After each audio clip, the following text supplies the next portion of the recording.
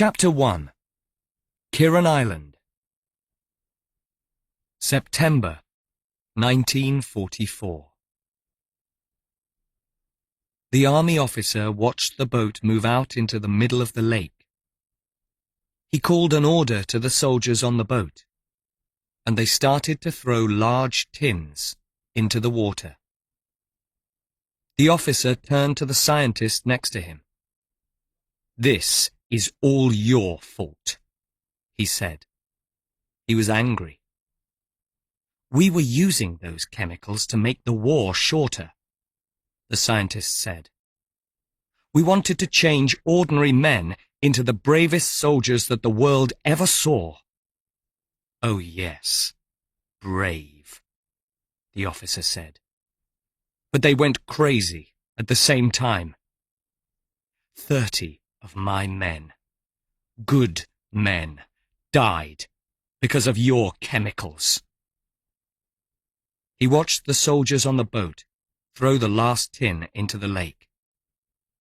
"I hope it's safe now," he said. "The lake's very deep," the scientist said. "There's no danger now."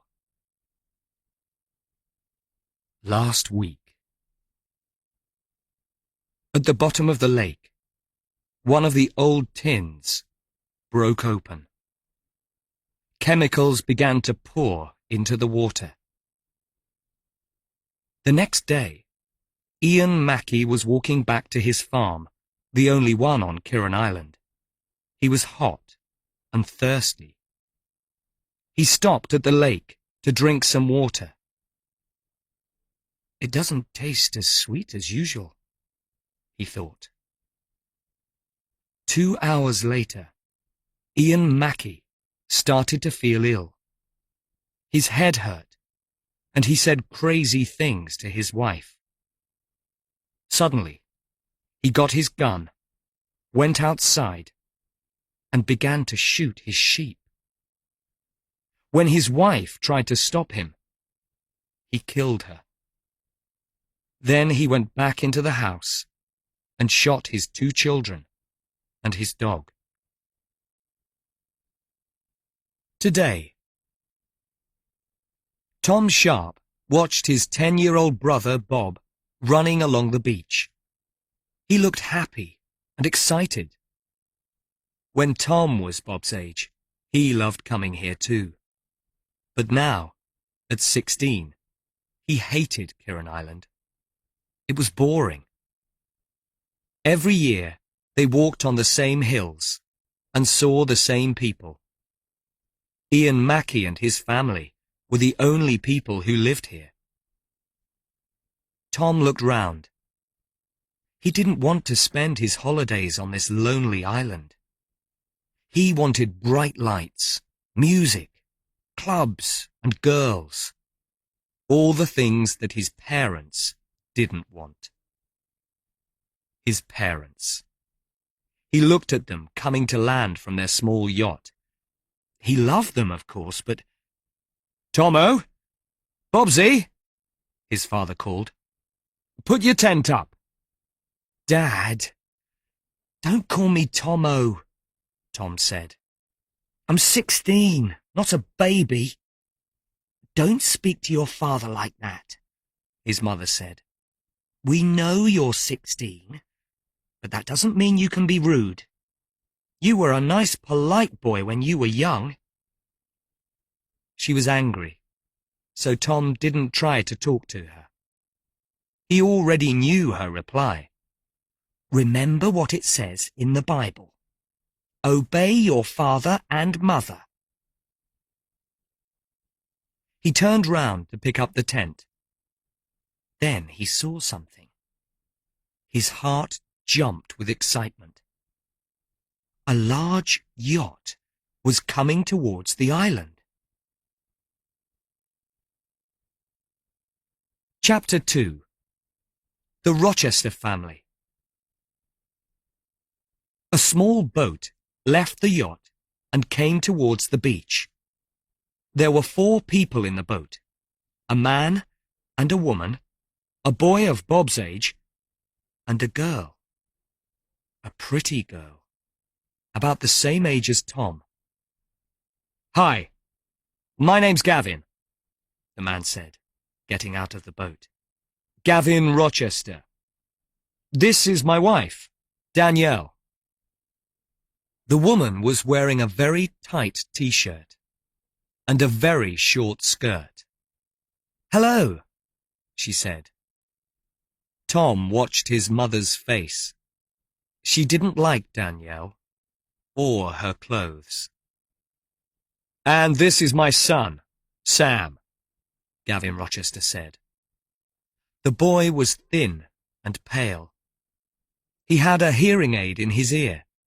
"And my daughter, Vicky," said Gavin. The pretty girl looked straight at Tom and smiled. He smiled back at her. The holidays seemed better already. Tom's father shook hands with Gavin. "I'm Vincent Sharp," he said. "This is my wife, Margaret, and these are our sons, Tom and Bob." "Are you on holiday?" Gavin asked.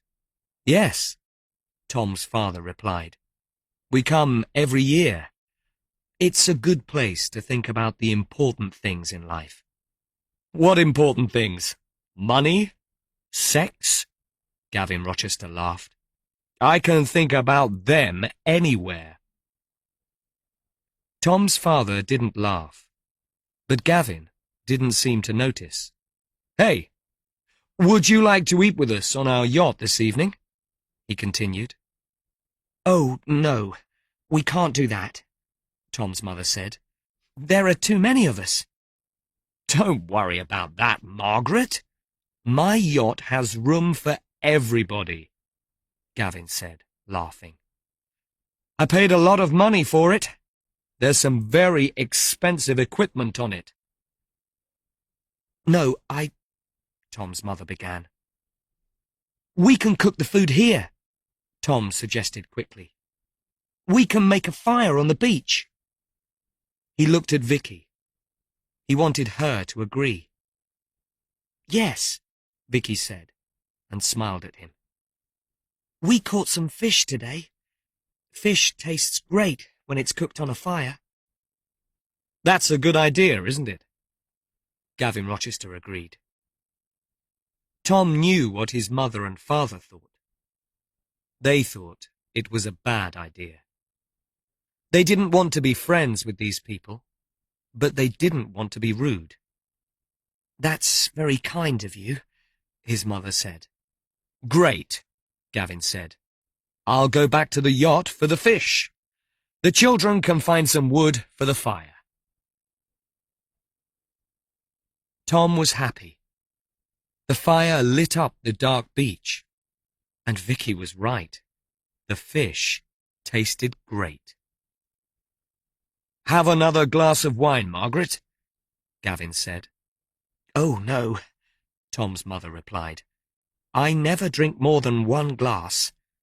"That's a pity. I only buy the best," Gavin said. He laughed. "Danny can drink a full bottle of this." "Don't tell everyone my secrets, Gavin," Danielle said. "But it is my favourite wine. I drank a lot of it when I was working on TV." "Danny was a TV star," Gavin said. "Do you remember her, Vincent?" "No," said Tom's father. "I don't watch television." "I wasn't really a big star," Danielle said.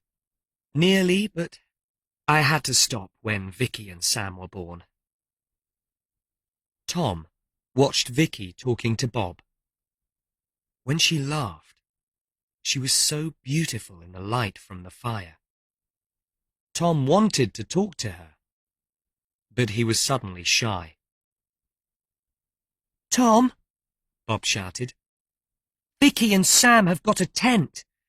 They're going to sleep here with us tonight."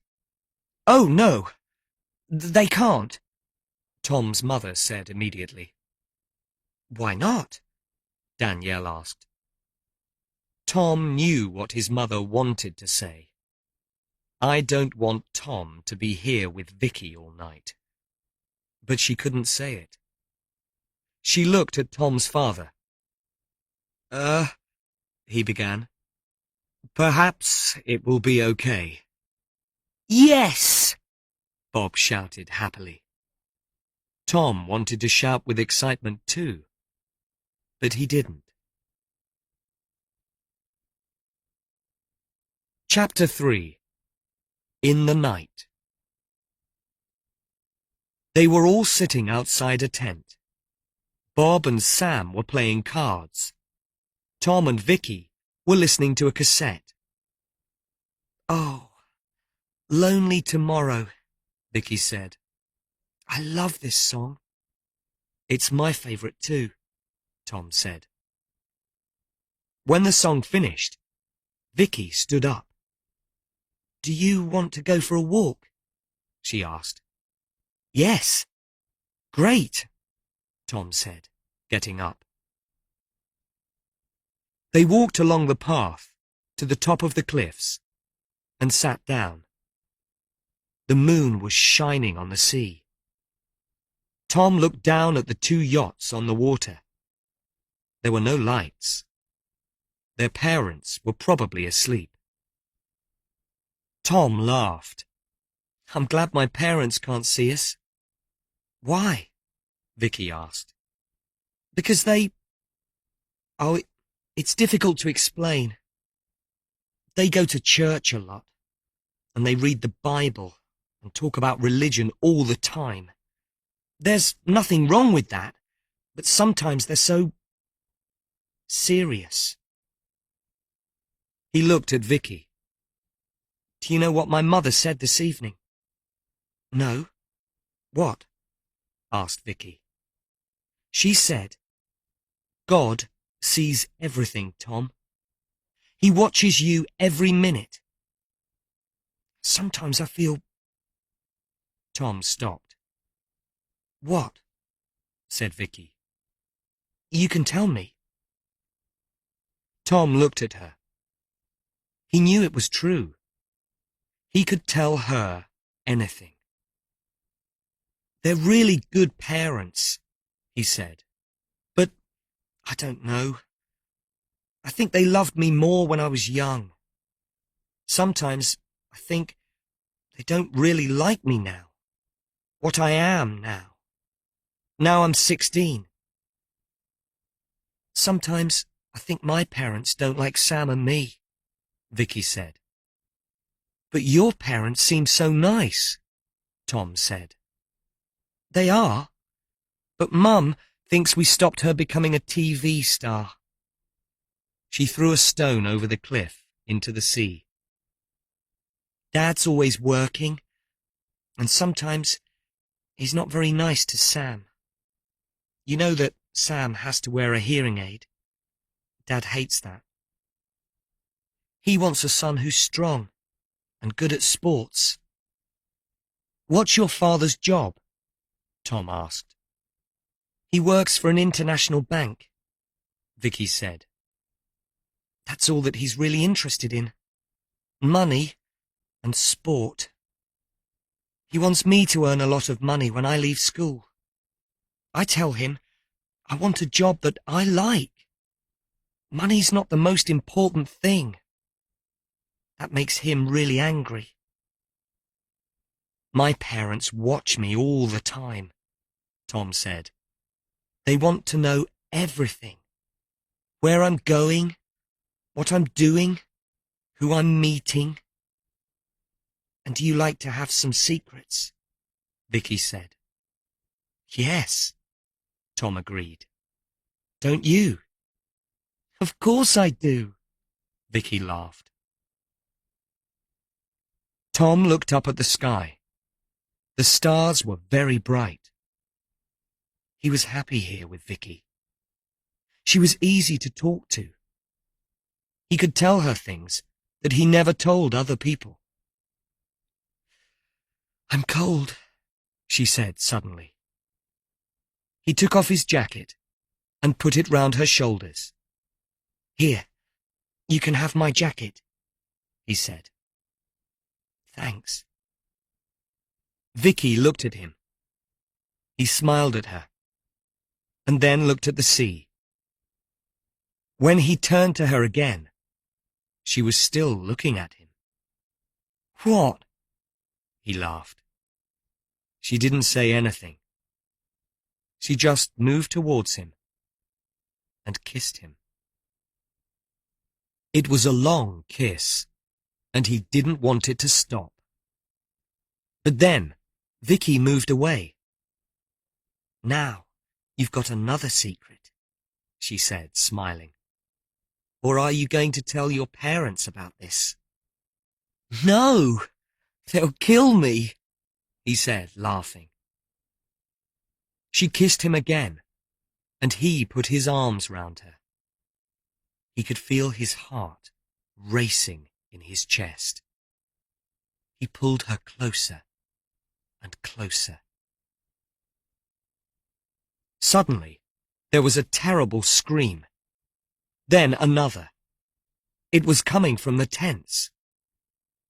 Tom and Vicky jumped up and ran down the hill. The sound of crying came from inside one of the tents, and the outside of the tent was covered with blood.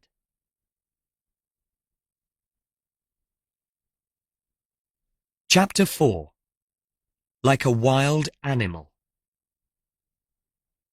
Bob and Sam screamed when Tom opened the door to the tent. It's okay, Tom said. We're here. What happened? There was a noise, Bob said. It was dark. We couldn't see anything. We were frightened, and we came in here. What noise? Vicky asked. It was like a wild animal, Sam said. Then blood started to come through the roof of the tent. I was frightened, and it's okay, Vicky said. She put her arms round him. Tom went outside. It was very dark. He stood and listened. Silence. He started to walk round the tent, and his foot touched something. Just then, the moon came out from behind a cloud. Tom looked down. He saw a sheep's head lying in a pool of blood. Feeling sick, he picked up the head. The straight cut across the neck was made by a knife, not a wild animal. Tom threw the head into the long grass and went back into the tent. Did you see anything? Vicky asked.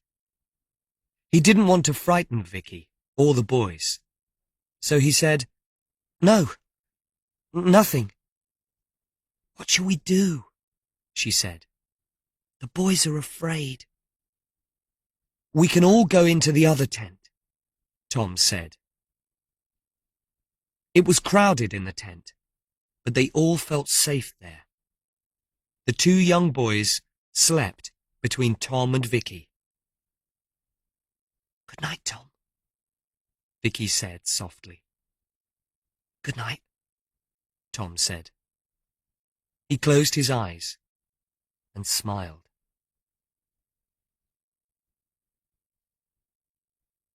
Tom could hear a voice calling him. It sounded far away. He woke up. Then he remembered where he was. His mother opened the tent, and light poured in. What are you doing? She shouted. Where's Bob? Tom looked round. The boys weren't there. He was here, Tom said. And Sam, too. Perhaps they've gone for a walk. Get out of there immediately, his mother said. Slowly, Tom and Vicky came out of the tent The 4 adults were standing outside. "Why were you in the tent with this girl?" Tom's mother shouted. "Because—" Tom began. "Where's Bob?" his father asked. Tom looked towards the beach. Bob and Sam ran out from behind some rocks. They were playing football. "There he is," Tom said. "Why aren't you with him?" his mother shouted. "Why are you here with this girl?" "I'm trying to explain, but you aren't listening," Tom said. "Somebody killed a sheep, and—" "Who killed a sheep? Is this true, Vicky?" Gavin asked. Vicky stopped and looked at Tom. "She didn't see it," Tom said. "I didn't want to frighten her, or the boys." "I don't believe you," Tom's mother said. "It's true!" Tom shouted. "You never believe me." He pulled his mother to the other tent and pointed to the roof. "What do you think this is? It's blood. And this!" He walked into the long grass. He found the sheep's head and picked it up. His mother put her hand on her mouth and looked away. Danielle screamed. "Who did that?" Gavin said. "I don't know," Tom said. "Who lives on this island?" Gavin asked. "The only people here are Mr. Mackey and his family," Tom's father said. "I'm going to see this Mr. Mackey," Gavin said. "Is he stupid, trying to frighten people like this?" Tom's mother looked at Tom and Vicky. "We can't leave the children alone. We'll all have to go." Chapter 5. A Mystery. It was hot, walking up the hill. "Is it very far? I'm tired," Sam said. "Oh, stop being a baby," Gavin said to his son. "You're too weak. You need some exercise." At the top of the hill, they looked down at the lake. It was beautiful, with the sun shining on the blue water. "I'm thirsty. Is that water clean?" Danielle asked. "It's the best water that I've ever tasted," said Tom's father. "We always drink it when we're here." "Good," Danielle said. "Who's coming for a drink?" "We'll all come," Tom's mother said. "I'm staying here," Sam said. He sat down on the grass. Bob and Tom sat down next to him. "I'll stay with the boys," Vicky said. The adults walked down towards the lake. Tom felt the hot sun on his back. He looked up at the blue sky. Then, quietly, Vicky started to sing Lonely Tomorrow. She had a really good voice. After a minute, she stopped. "Don't stop," Tom said. She smiled shyly. He smiled back. She was so lovely. He wanted to put his arm round her and kiss her.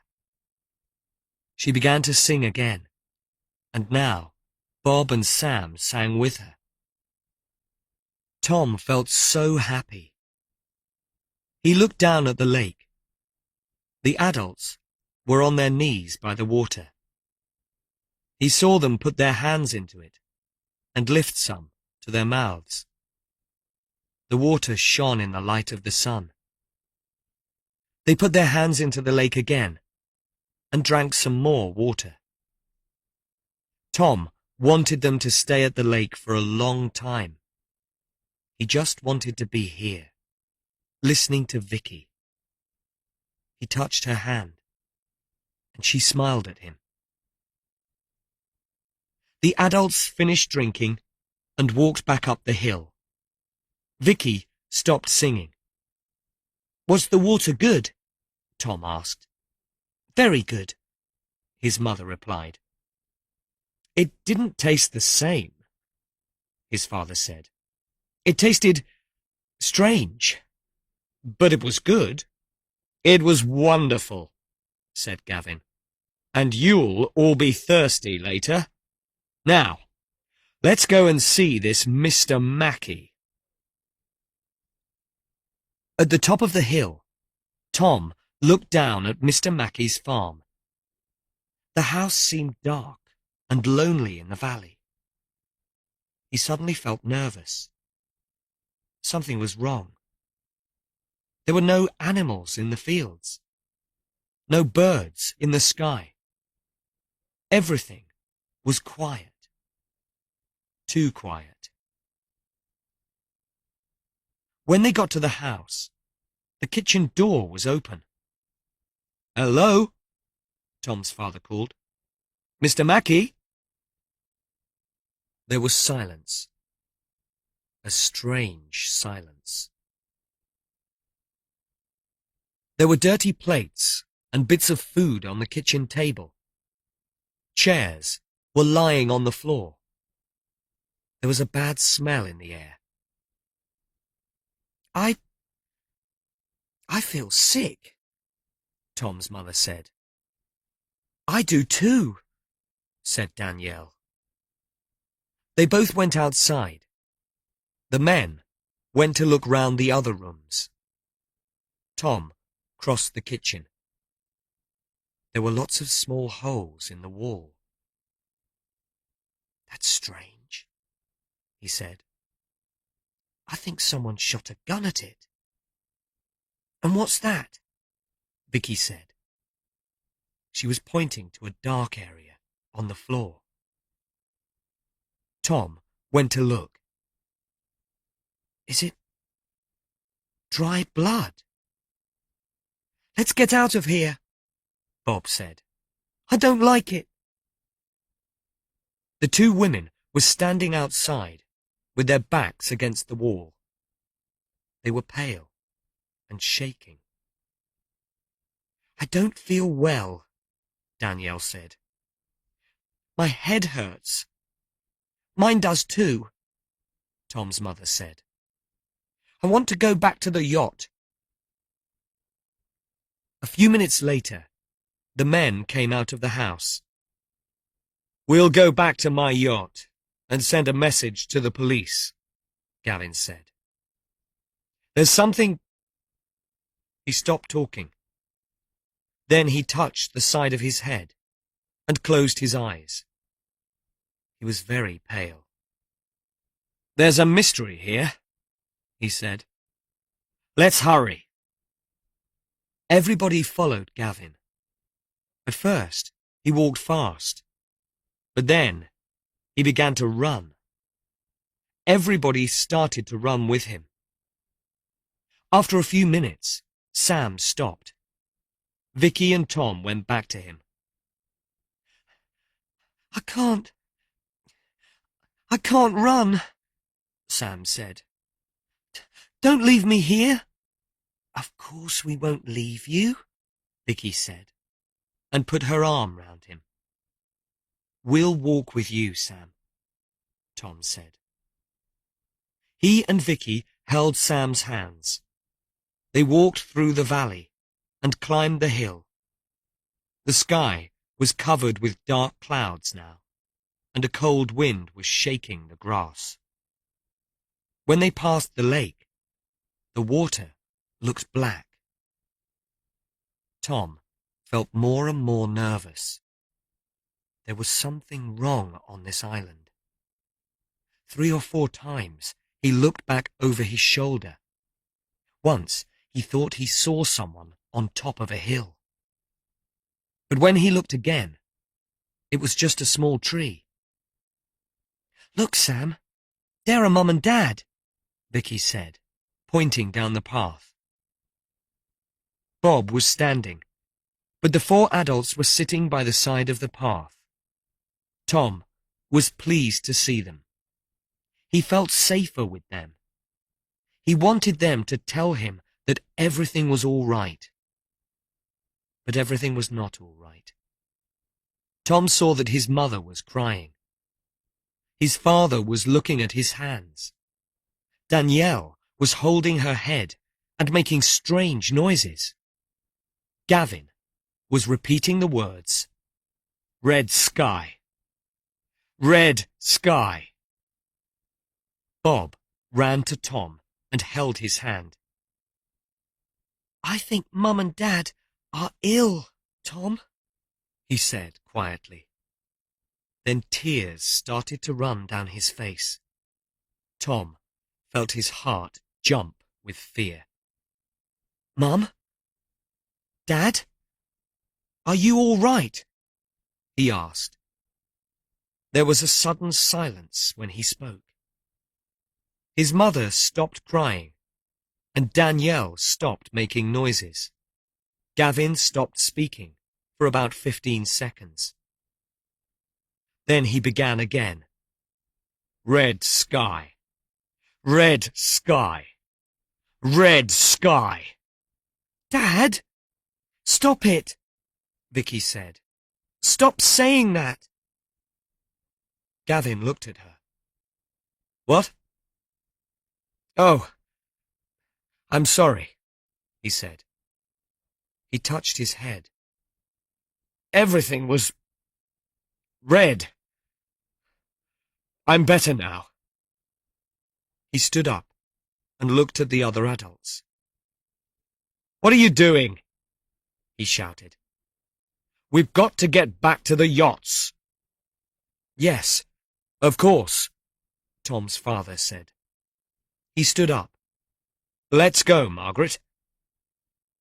Tom's mother stood up.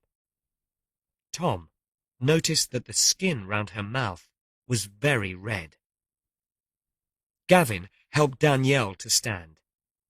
"We'll go back to my yacht and send a message to the police," he said. "Everything will be okay." He began walking, and then stopped. He lifted his arm and pointed. "What's that?" he asked. Everybody looked. A cloud of black smoke was coming from the beach. "My yacht!" Gavin screamed, and started to run. Chapter 6. Fire.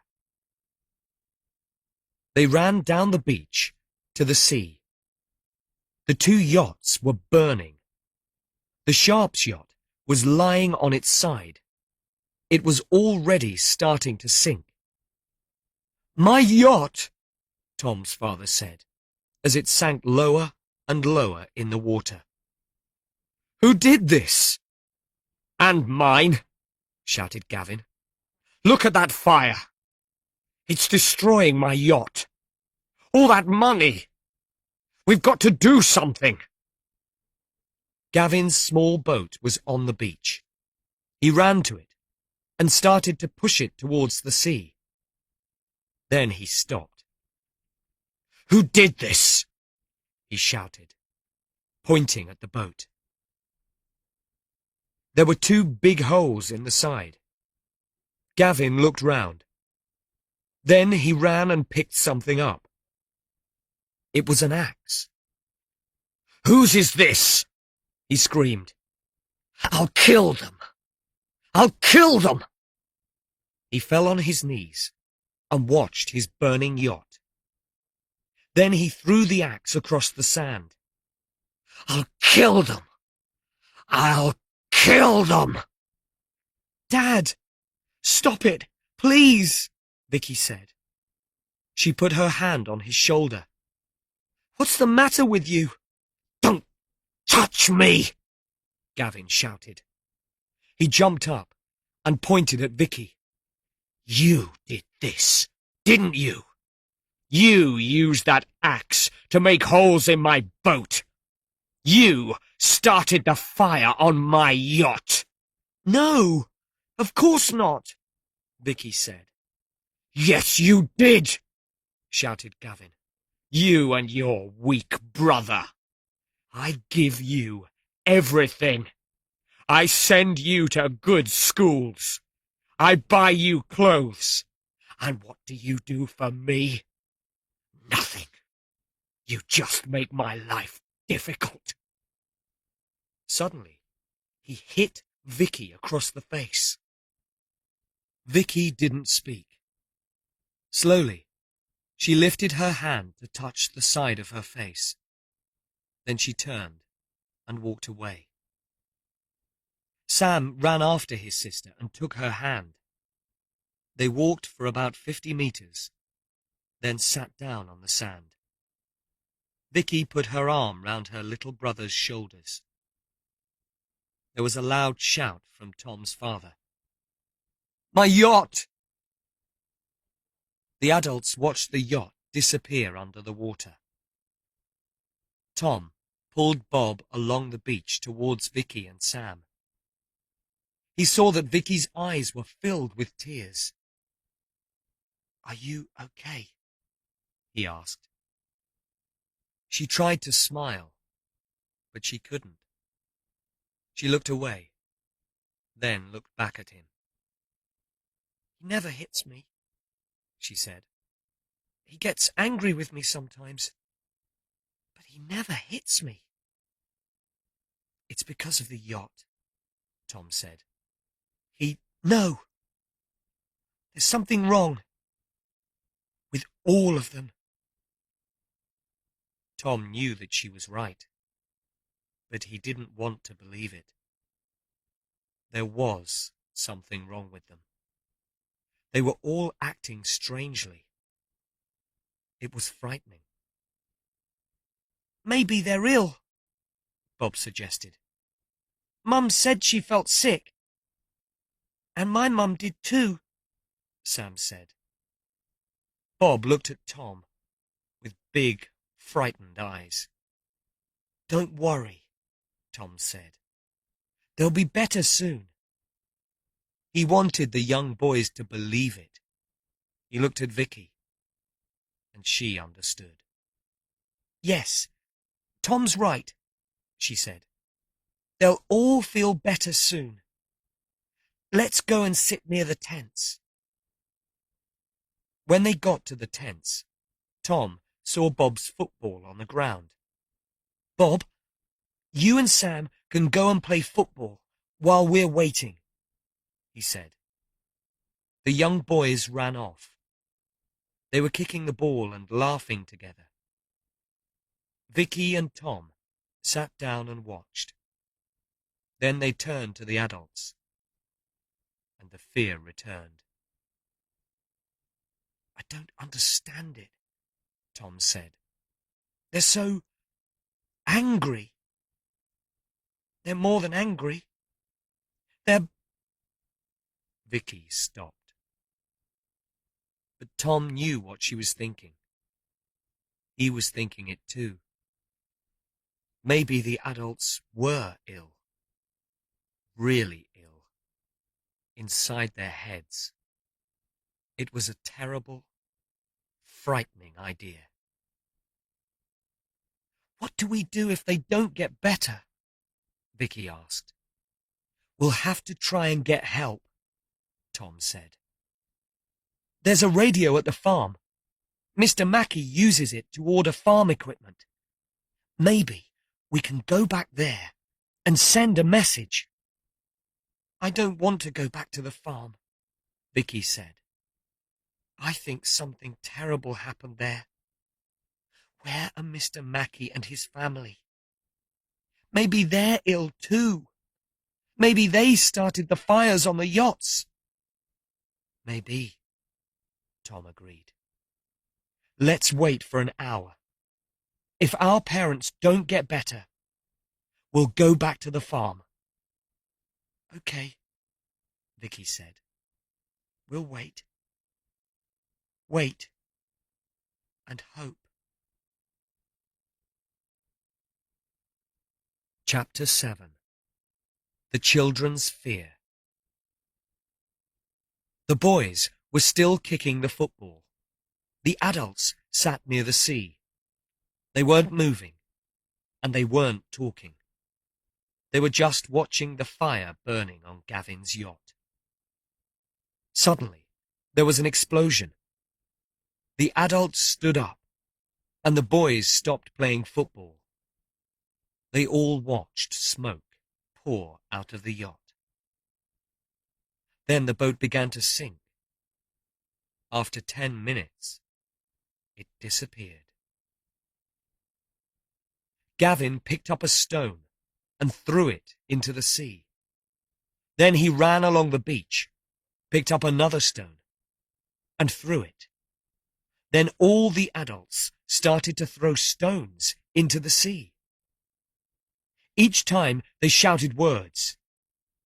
Terrible words. Even Tom's mother. She was shouting bad, ugly words that she never used. Tom's hope died. The adults weren't getting better. They were getting worse. He turned to Vicky. He saw that she knew it too. Her eyes were full of fear. "What's the matter with them, Tom?" she asked. "I don't know," he answered. "We've got to radio for help." "It's too late," she said. "Look!" Tom looked. The adults were running up the beach towards them. Gavin was waving the axe in the air. "Bob, Sam, come here, quickly," Tom called. The two little boys ran to him. "Listen," Tom said. "Do what the adults tell you to do. Don't make them angry." "Why?" Bob asked. "Just do it," Tom said. "It's a game. All right?" "Okay," the boys said. Then they all turned to face the adults. The adults stopped. The skin on their hands and round their mouths was very red. Their eyes were wide and empty. But they weren't shouting now. They seemed calm. "It's time to eat," Tom's father said. There was a big smile on his face. "We're all hungry. Are you hungry?" Nobody said anything, and he stopped smiling. He pointed his finger at Bob. "I said, are you hungry, Bobsy?" he asked. I don't know, Dad," the little boy said. "You're stupid," Gavin said. He started to laugh, and the other adults laughed too. Bob's face went red, and tears filled his eyes. "I'm hungry," Tom said quickly. "So you're not as stupid as your brother," Danielle said. "Where's the food, Tomo?" Tom's father asked. "What food?" Tom said. "The food that we're going to eat, stupid," Danielle said. "Don't be a bad boy, Tomo," his father said. "Where is it? Tell me, or I'll have to punish you. You know what happens to bad boys?" Tom thought quickly. What food? He could see his father's eyes getting angrier and angrier. Suddenly he remembered. They still had a box of food from the Rochesters' yacht. "I know," he said. "It's in that box near the table." "That's right, Tomo. That's where it is," his mother said. "You're a good little boy, and your mum loves you." She pulled him close and kissed the side of his face. Her breath smelled bad. He tried to move away, but she held him tightly. He could feel her wet mouth on his skin. Suddenly, she bit his face. He wanted to push her away, but he didn't want to make her angry. "Mum, that hurts," he said. "Don't be a silly boy. Mum was only giving her little boy a big kiss," she said. "Let's go, everybody," Gavin said. "Time to eat. Run, Vicky. Run, Sam. Move your lazy legs." He pushed his two children, and they began to run along the beach towards the table. The adults ran after them. Tom and Bob were left standing near the tents. Tom wanted to take his brother and run the other way to the farm. They had to use the radio. But then he looked at Vicky. She was helping Sam run when she suddenly fell down. Gavin shouted at her. She stood up and looked back at Tom. Her eyes were frightened. He couldn't leave her. "Come with me, Bob," he said. He held his brother's hand, and they ran Crazy and dangerous.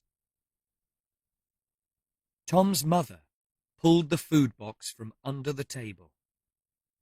"What have we got?" she said, opening the box. "Bread, butter, eggs, orange juice. God is kind to us. He's given us what we need for breakfast."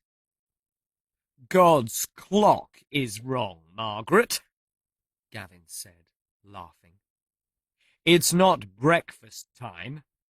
It's lunch time. But I'm so hungry. I could eat a horse. What about you, Sam? What would you like to eat?"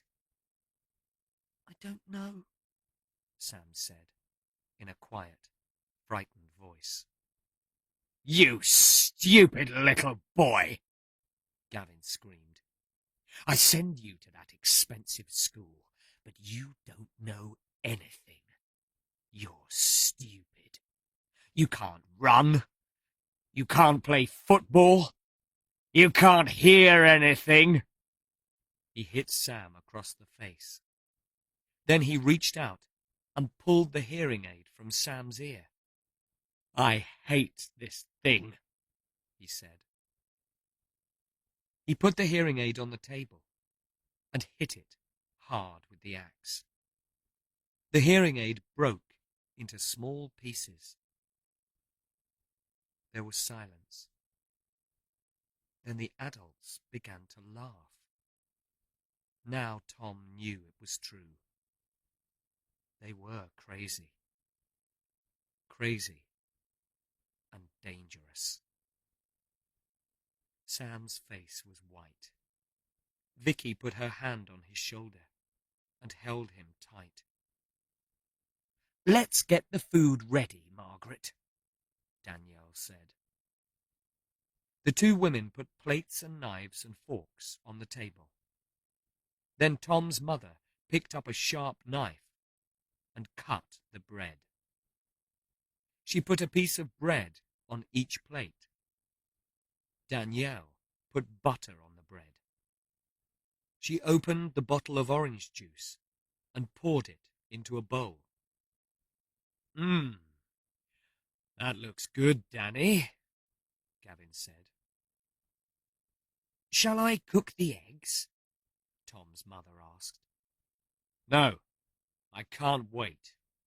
Let's eat them now," Gavin said. Tom's mother broke 6 eggs into the bowl of juice. Then she took a fork and mixed it all together. She went round the table and poured it onto the bread. "Thank you, Margaret," Tom's father said. He put his hands together and closed his eyes. Let's thank God for this wonderful food. Be quiet, Vincent, Gavin said. His voice was angry. That's all you talk about. God. We must thank him for his gifts to us, Tom's father said. No, I'm too hungry, Gavin replied. He picked up his piece of bread and started to push it into his mouth. Orange juice and egg ran down his face and onto his clothes. The other adults began eating too. They ate like animals, making terrible noises with their mouths. Tom, eat your food, his mother said. She picked up the sharp knife and pointed it at him. Tom saw Vicky and the two young boys looking at him. He lifted the wet bread and put some in his mouth. The juice and the cold egg ran onto his tongue, and he felt very sick. But he continued eating. And you others, his mother said, eat. Vicky started eating, and the young boys did the same. The adults watched them until they finished. Tom and I will wash the dishes, his mother said. She picked up the things from the table, and Tom followed her down the beach. She walked into the sea and dropped everything into the water. Then she came back to him. I want to talk to you, Tom, she said. And I don't want that girl to hear. Tears began to run down her face. Mum, don't cry, Tom said. What's the matter? What's happening? Why are you all acting so strangely? My head hurts, Tom, she said. And now we can't send a message because that girl burned the yachts. Mum, she didn't burn the yachts, Tom said. You know that's not true. Yes, it is true, his mother said. And now she's taking you away from me. She's a bad girl, Tom. I don't want you to see her. You're too young.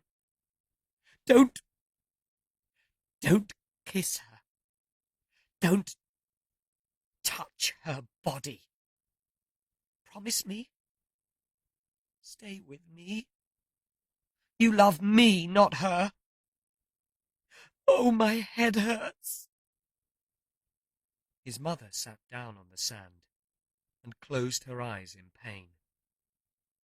Tom didn't know what to do. Part of him was afraid of her, but another part of him still loved her. He put his arm round her. Mum, don't cry. I'll get help. I'll go to Mr. Mackey's farm and use the radio. You can go to hospital. The doctors will make you better. His mother stopped crying. She took her hands away from her face and smiled. Yes, Tom, that's a good idea, she said. You go to the farm. While you're doing that, I'll kill the girl. Then she won't be any more trouble. Tom looked at his mother. She was smiling. Her voice was so calm and ordinary. Yes, that's the best thing, she continued. I'll get my knife and kill her. She'll go to God. She'll be happy. Tom stood up. His legs felt weak. He had to get away from there, and he had to take Vicky and the boys with him. His mother closed her eyes again. I've got this pain in my head, she said. She tried to stand up, but she couldn't. She held out her hand to Tom. Help me! Tom turned and walked quickly towards the table. Tom! She shouted. But he didn't look back. Chapter 9. The Knife and the Axe. Tom's father was singing one of the songs that they sang at church. Danielle was lying on the sand with her hands over her ears. Vicky and the two boys sat at the table, watching Gavin. He was standing next to them, holding the axe.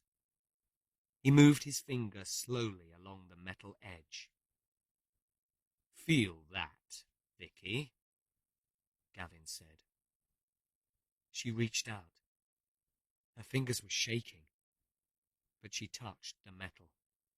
"Sharp, isn't it?" her father asked. "Like Tom. He's sharp, isn't he?" "Tom Sharp," Gavin laughed. A long, crazy laugh. Then he stopped suddenly. "But he's not as sharp as my axe, is he? Is he, Vicky?" "No," she said. Tom could see the fear in her eyes. What was the best thing to do? Run away? He could run faster than the adults. But could Vicky? Could Bob and Sam? He looked at the little boys. They were sitting very quietly, too frightened to move. Their big eyes were filled with tears. Danielle suddenly took her hands away from her ears. She turned towards Tom's father. "Oh, God! Stop singing that song!" she shouted. "Danielle, please don't say, 'Oh, God.' God will punish you for it," Tom's father said. "Don't be stupid, Vincent," Gavin said. "God's not going to punish anyone." "But I am. Oh, yes. I'm going to find out who destroyed my yacht, and then I'm going to punish them with my axe, my sharp axe." He pointed the axe at Vicky and the two boys. "Did you destroy my yacht?" he asked. "No, Dad. I promise we didn't," Vicky said. He turned and pointed the axe at Tom. "So, it was you." "No," Tom said. Gavin looked at him. "What do you think, Vincent? Did your son do it?" "I don't know, Gavin," Tom's father answered. "He was a good boy when he was young, but now he thinks he knows everything. He doesn't listen to me." "That's just like Vicky," Gavin said. "I earn all the money, I pay all the bills, but she thinks she's so clever. She does what she likes." I tell Tom, remember what it says in the Bible. Obey your parents. But Tom doesn't listen. God's going to punish him one day. "Stop talking about God," Gavin said. "He doesn't exist." "Don't say that, Gavin," Tom's father said. "You must never say that. God loves you, and stop, Gavin screamed. He hit the table with the axe. "Stop talking about God, or I'll kill you." There was a long, long silence. The only sound was the noise of the waves on the beach. Then Tom heard his mother's voice. "Tom? Tom!" she called. "Come back here. You're my little boy. I don't want you to go with that girl. She was in the sea, searching for something in the water. Tom knew what she was looking for. The knife. She wanted to kill Vicky. He had to do something before it was too late. They had to get away from there. But where to? He looked along the beach. The cliffs. Then he remembered the cave. It was at the end of the beach and went deep inside the cliffs. There were a lot of tunnels in the cave. It was a perfect place to hide. He took a step towards Vicky. "Don't move!" Gavin shouted. And he lifted the axe. Tom stopped. They had to get to that cave. But how? Tom's father started to sing again. Then he stopped and put his face in his hands. "Oh, I feel so bad," he said.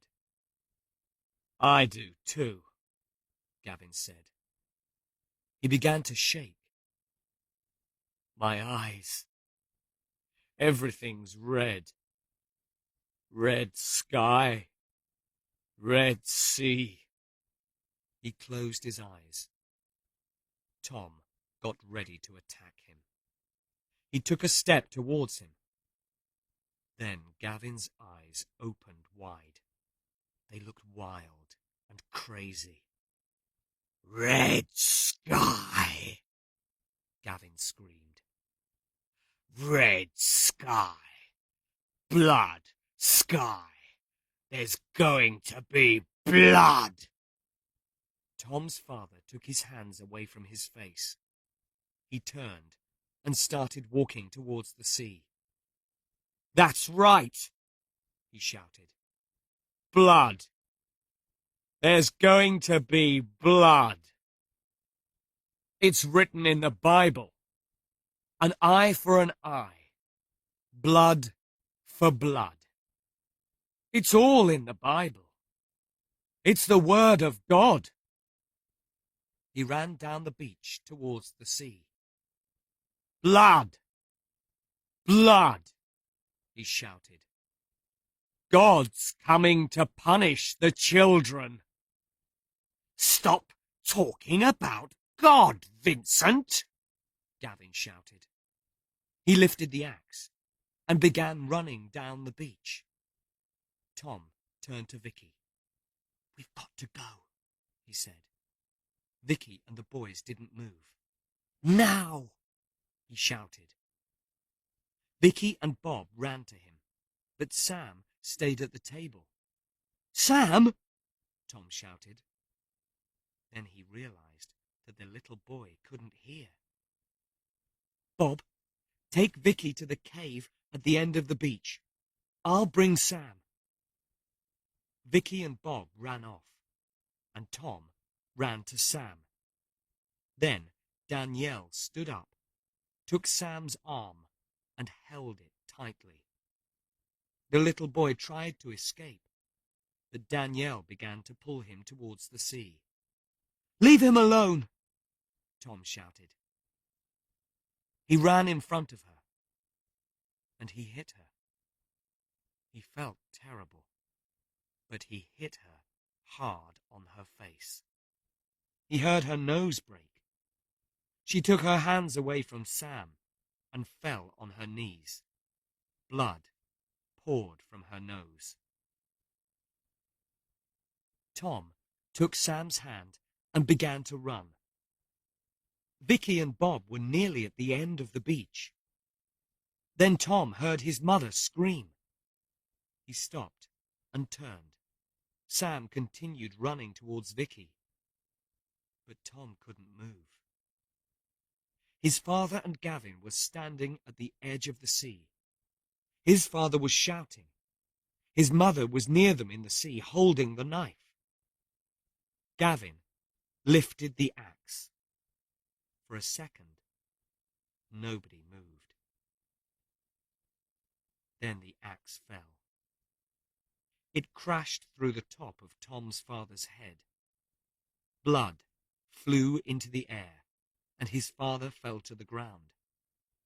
Gavin hit Tom's father 3 more times. Then he stopped. Tom's mother ran screaming towards Gavin. She lifted the knife, but before she could stab him, Gavin hit her with the axe. It went through her chest. Gavin pulled it out and hit her again. She fell back into the sea. Tom couldn't move. Gavin turned slowly and looked at him. He shouted something, but Tom was too far away to hear the words. Then Gavin lifted the axe and began to run towards him. Tom turned and ran after Sam and the others.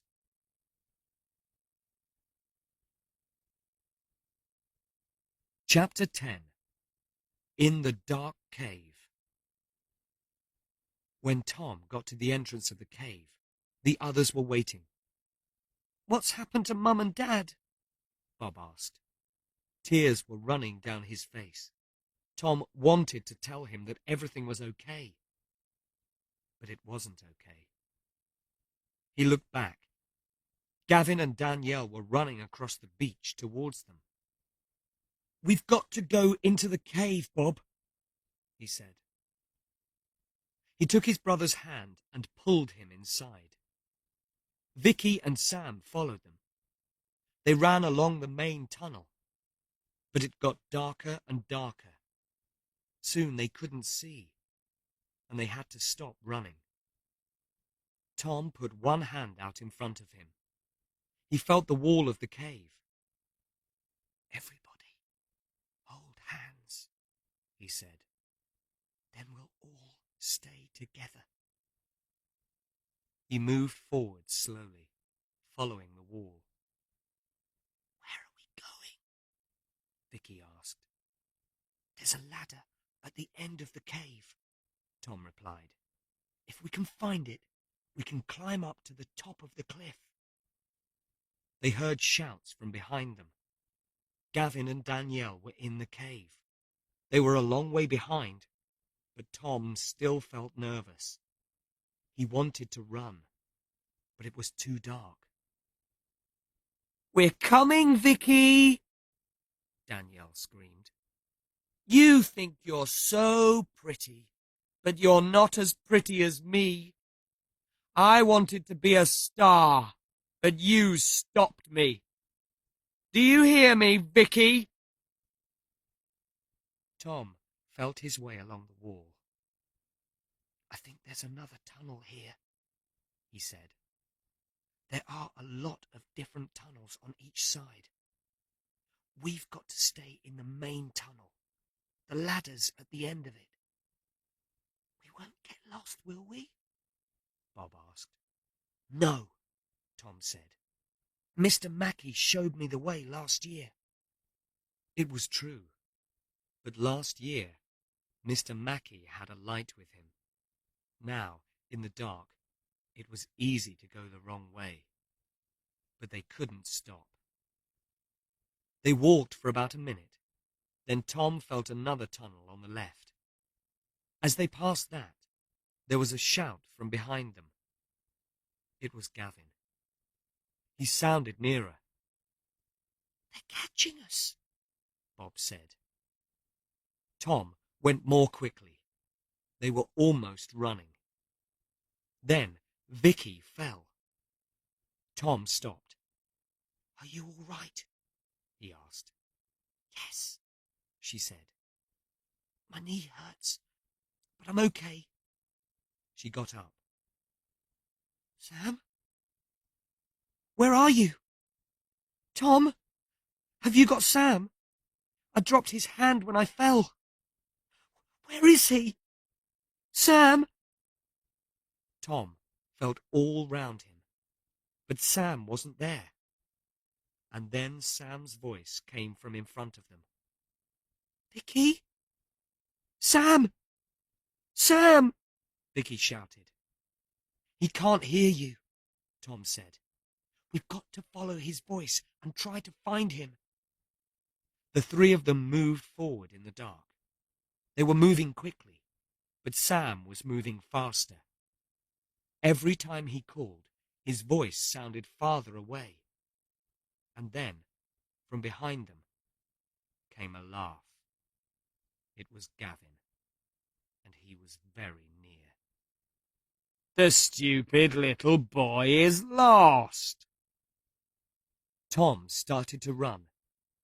It was terrible running in the dark, but they had to find Sam. They heard his voice again. Vicky? Where is he? Vicky asked. He's behind us. He's gone down one of the side tunnels, Tom said. We've got to go back, Vicky said. I can't leave him. Suddenly, they heard a scream. They stood and listened. Who's that? They heard Sam shout. Then came the sound of Gavin's crazy laugh. It's your father, Gavin shouted. Are you pleased to see me? Dad, please, no, Sam said. There was another scream, then a terrible noise. Tom felt sick. He knew what it was. It was the sound of Gavin's axe on Sam's body. More screams. Then the noise again. It filled the cave. The screaming stopped, and they heard the noise of the axe again, twice more. Then there was silence. Tom heard Vicky start to cry.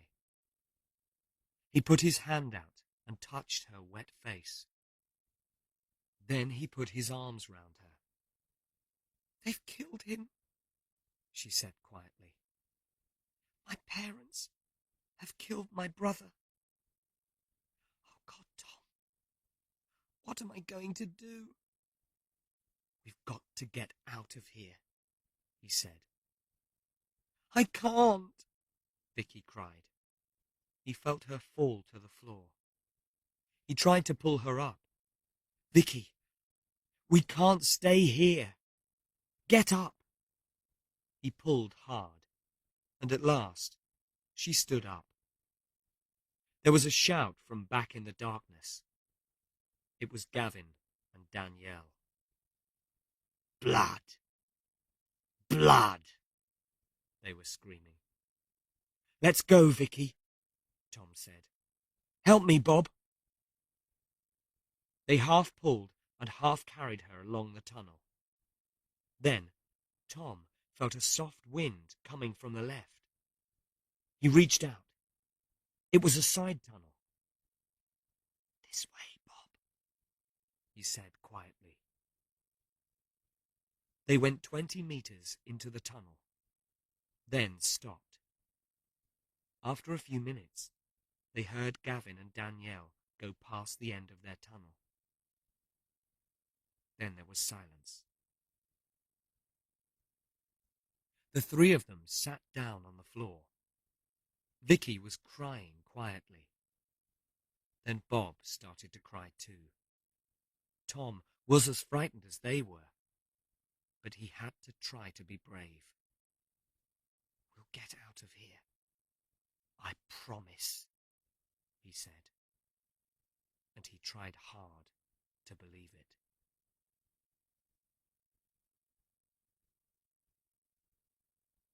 Chapter 11. Blood. Blood. They stayed in the dark tunnel for more than an hour. They could hear Gavin and Danielle shouting. Then, at last, everything went quiet. Tom waited. No noise. I think they've gone, he finally said. He pulled Bob and Vicky to their feet, and they walked slowly and quietly back to the main tunnel. Are we going back to the beach? Vicky asked. No, Tom said. They're probably waiting for us out there. We'll go the other way and climb the ladder. They moved slowly along the dark tunnel. Tom tried not to be afraid, but every step felt dangerous. Perhaps Gavin was standing just a few meters away, waiting for them with his axe. Tom was cold and frightened. He didn't want to die. He didn't want to feel Gavin's axe cut into him. He wanted to sit down and not move. But he continued walking into the darkness. Then, far away down the tunnel, he saw a light. I think it's the exit, he said. Can you see the ladder? Yes, Bob shouted. It's the way out. Let's run. No. Shh, Tom said. But it was too late. Bob was already running down the tunnel, and there was a shout from back down the cave.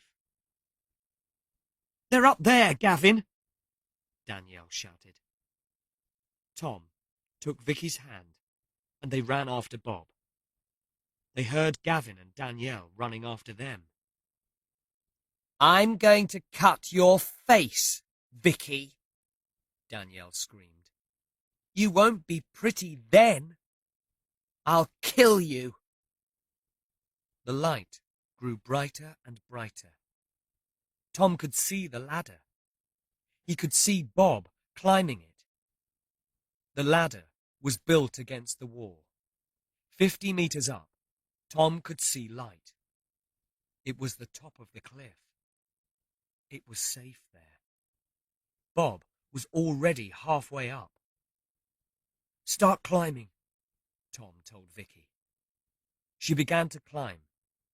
Tom looked back down the tunnel and saw Gavin and Danielle running towards him. He climbed 5 steps, then missed the next step and fell back to the ground. A pain went up his leg. Gavin and Danielle were almost at the ladder. He started to climb again. Bob was nearly at the top. Vicky was halfway to the top. Tom looked down.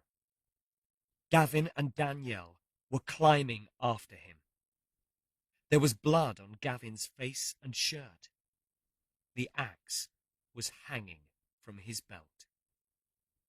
Tom's leg hurt, but he climbed faster.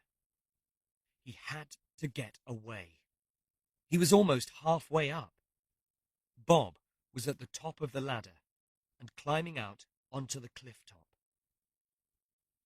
Then Tom felt Gavin's hand round his foot. He tried to pull away, but he couldn't. Gavin pulled, and Tom started to fall. He was hanging by one hand. He got his other hand onto the ladder and held tight. You're going to die, Gavin shouted. Blood. Blood. Kill him, Gavin, Danielle screamed. Tom had to do something. Could he get the axe? He moved down the ladder as Gavin pulled him. I've got him, Gavin shouted. Now, Tom was looking into Gavin's crazy eyes. Gavin's mouth opened in a terrible smile. You're going to fall all the way to the ground, Gavin said, laughing. Your blood will run all over the rock. Blood. Blood, Danielle screamed. Gavin tried to push Tom off the ladder. Tom almost fell. Then he reached down and pulled the axe out of Gavin's belt. Gavin tried to stop him, but Tom was too quick. He hit Gavin in the face and climbed up the ladder. Tom almost escaped. Then Gavin reached up and held on to Tom's leg. Tom couldn't move, but now he had the axe. He crashed it down on Gavin's shoulder. Gavin screamed in pain and almost fell. Blood poured out of his shoulder, but he held on to the ladder with his other hand.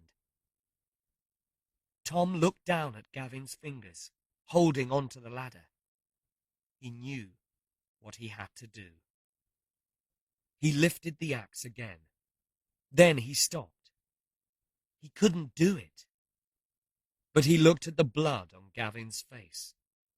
It was Sam's blood. It was his parents' blood. He had to do it. He brought the axe crashing down onto Gavin's fingers. Gavin screamed and fell. When he fell past Danielle, he tried to hold on to her. His arm went round her neck, but she lost her hold on the ladder, and they fell together. The sound of their screams filled the air. There was a terrible noise when they hit the ground. Then silence. Tom looked down at their broken bodies. He dropped the axe and continued climbing.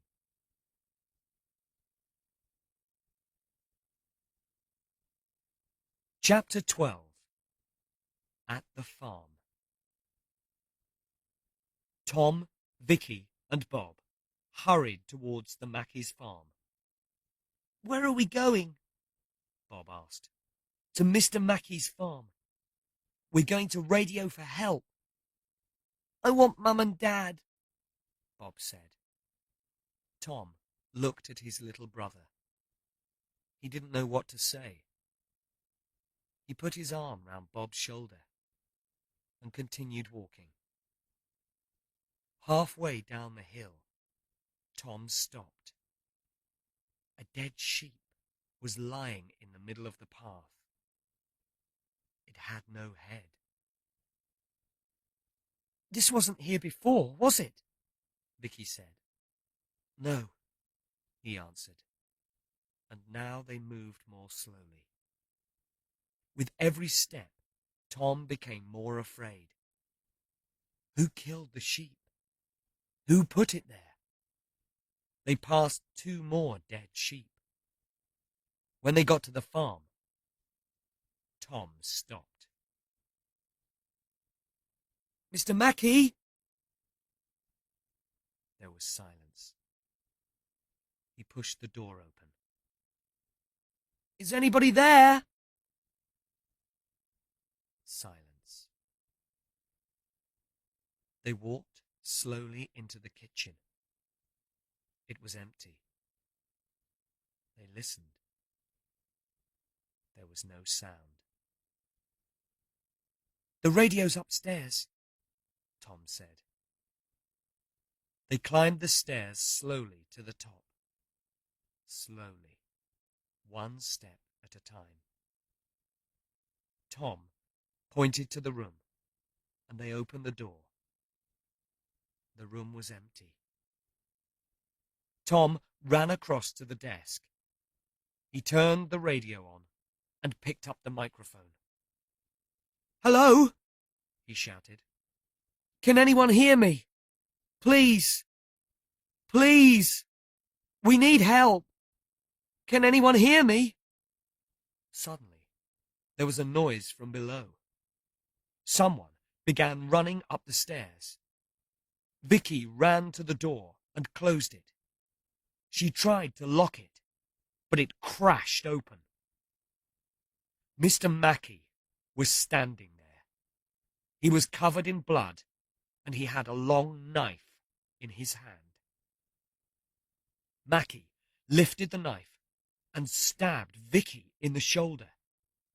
She fell to the floor. He lifted the knife to stab her again, Tom ran forward and jumped onto his back. Mackie hit him. Tom felt the knife cut through his side. He tried to hold on to Mackie's back, but Mackie turned round too fast. He threw Tom to the ground. Tom's head hit the desk. There was a terrible pain in his head and in his side. He closed his eyes. Then he opened them and saw the gun. Mr. Mackie's gun. It was lying under the desk. He reached out and took it. Mackie was moving towards Bob. The little boy was next to the wall, too frightened to move. Mackie lifted the knife into the air. Tom lifted the gun to his shoulder and pulled the trigger. Nothing happened. Was the gun empty? Tom saw a second trigger. He pulled it. There was an explosion. Blood flew from the back of Mackie's head. He stood for a second or two.